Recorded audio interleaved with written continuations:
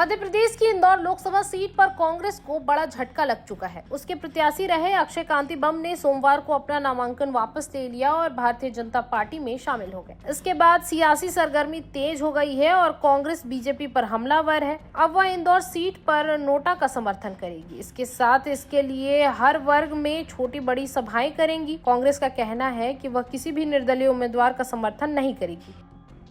कांग्रेस के प्रदेश अध्यक्ष जीतू पटवारी ने कहा कि पहले बूथ कैप्चर होते थे, अब प्रत्याशी ही कैप्चर हो रहा है। ये लड़ाई बीजेपी कांग्रेस की नहीं, कांग्रेस अब चुनाव नहीं लड़ रही है, उसका चुनाव चिन्ह निकल गया, लेकिन ये लड़ाई अब न्याय की है। इंदौर की राजनीति अस्मिता की है। चुनाव का बहिष्कार हम नहीं करेंगे, लेकिन हमारे पास नोटा का विकल्प है। जीतू पटवारी ने निर्दलीय प्रत्याशियों को लेकर कहा कि उन्हें हमने बीजेपी से बचाया है।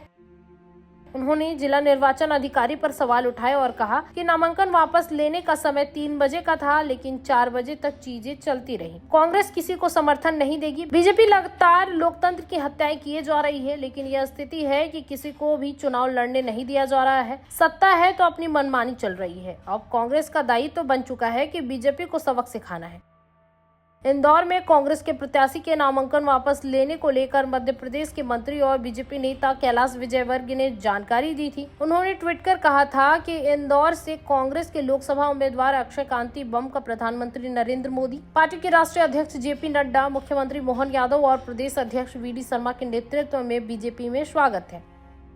पिछले महीने की शुरुआत में कांग्रेस के सूरत उम्मीदवार नीलेश कुंभानी चुनाव के दौड़ से बाहर हो गए, क्योंकि जिला रिटर्निंग अधिकारी की ओर से प्रथम दृष्टया प्रस्तावकों के हस्ताक्षर की विसंगतियां पाई गई और उनकी उम्मीदवारी खारिज कर दी गई थी। सीट के लिए पार्टी के दूसरे उम्मीदवार सुरेश पडसाला का भी नामांकन फॉर्म खारिज कर दिया गया। कुंभानी ने दावा किया कि उनकी पार्टी के सहयोगियों ने चुनाव प्रचार के दौरान उनकी मदद नहीं की।